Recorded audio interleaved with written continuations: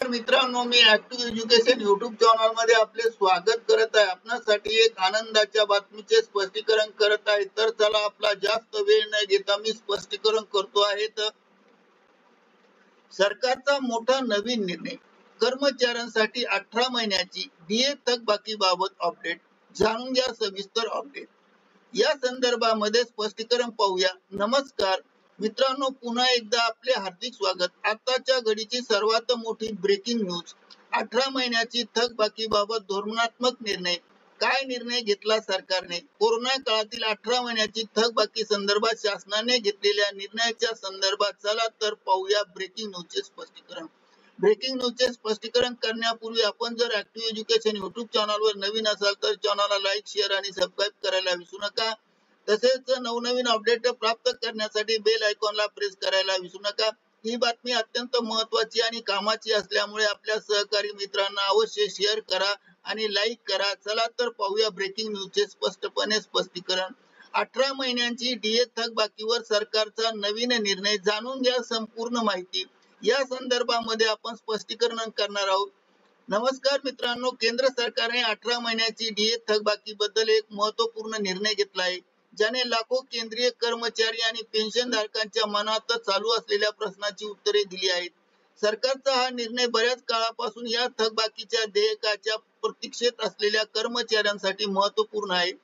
Corona साथीच्या काळात 1 जानेवारी 2020 ते 30 जून 2021 पर्यंत डीए आणि डीआरची वाढ थांबवण्यात आली होती. हा महत्त्वाचा मुद्दा फेब्रुवारी 2025 रोजी लोकसभेत खासदार आनंद यांनी उपस्थित केला.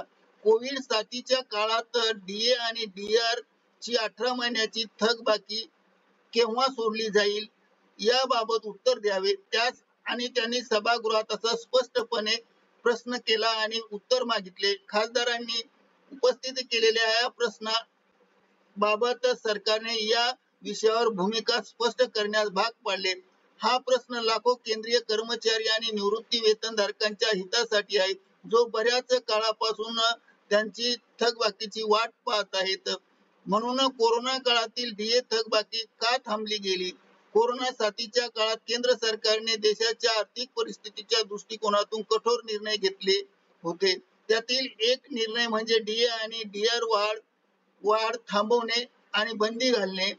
आर्थिक दबावामुळे सरकारने 1 जानेवारी 2020 ते 30 जून 2021 पर्यंत 34,402 कोटी रुपयाचा डीए आणि डीआर देयके थांबवली आहेत आणि सरकारने असा विश्वास व्यक्त केला आहे की देशात आर्थिक स्थिरता राखण्यास मदत करेल आणि इतर आवश्यक साथीच्या रोगाच्या काळात अपेक्षा लोकांच्या पूर्ण होतील यासाठी थांबवली आहेत.